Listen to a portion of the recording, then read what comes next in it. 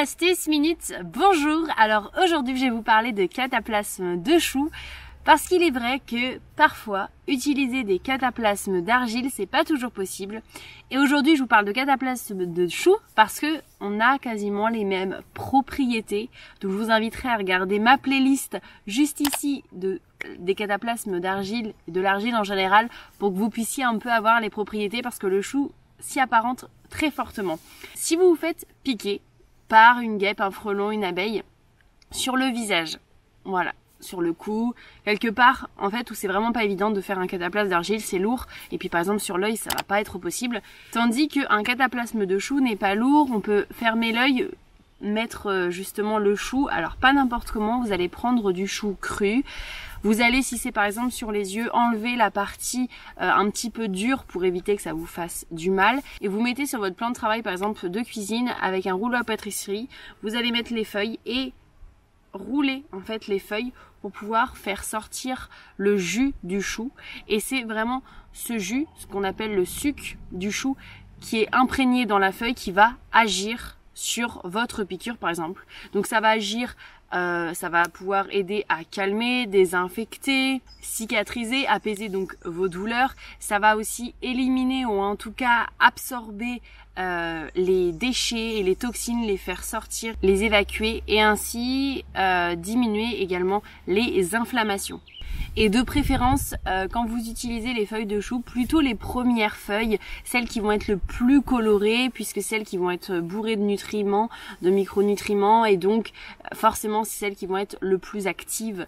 Donc essayez voilà de prendre avec de la couleur. Donc on est bien d'accord que quand vous faites votre cataplasme d'argile, vous allez superposer plusieurs feuilles de chou, 2-3 feuilles de chou en fonction de leur épaisseur, et vous allez vous le mettre donc après avoir bien passé le rouleau à pâtisserie sur le chou pour que le sucre, le jus du chou soit sorti. Vous allez prendre tout le jus et les feuilles de chou. Vous allez vous le mettre par exemple si c'est sur l'œil que vous faites piquer, eh bien tout sur l'œil en fermant l'œil, et vous allez faire un bandage avec ce que vous avez. Donc après c'est vrai que c'est pas le plus évident de toute façon le bandage, mais je vous assure que vous serez bien content d'avoir fait ce cataplasme d'argile et de vous avoir embêté, pourquoi pas de le faire le soir et de l'enlever le lendemain matin. Après c'est comme l'argile, essayez de vous écouter.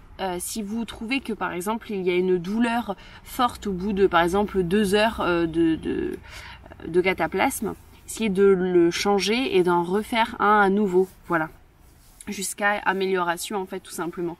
Donc il faut essayer d'être à l'écoute de votre corps, mais le chou va avoir vraiment des propriétés hyper intéressantes comme l'argile et dont détoxifiante. Voilà, ça va vraiment vous aider à sortir les toxines et aussi donc le venin quand il est question de piqûres. Donc voilà, c'était ma petite astuce minute.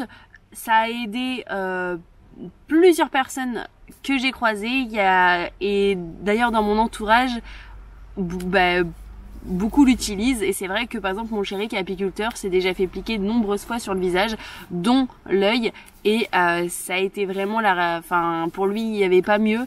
Quand il l'a mis déjà d'une, ça le calmait puisque vraiment ça a cette propriété là vraiment apaisante, et ça a vraiment attirer en fait tout le venin, et donc ça le grattait moins, ça lui posait beaucoup moins de soucis, et il a beaucoup moins enflé que ce qu'il aurait enflé d'habitude, parce que le visage quand même ça enfle beaucoup plus rapidement.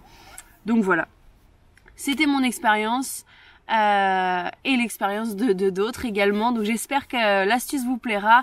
N'hésitez pas à me dire en commentaire pourquoi vous utilisez le chou, que ce soit par exemple je sais pas moi pour des tendinites, que ce soit pour des plaies, que ce soit voilà, vu qu'on peut l'utiliser pour beaucoup de choses. Dites-moi vous quelle utilisation vous en faites. Et voilà, je vais vous retrouver dans une prochaine vidéo. N'hésitez pas à commenter la vidéo, à mettre un petit pouce bleu, à vous abonner et à me soutenir si vous voulez sur la plateforme Utip en barre d'infos. Je vous embrasse les petits, je vous dis à bientôt dans une nouvelle vidéo.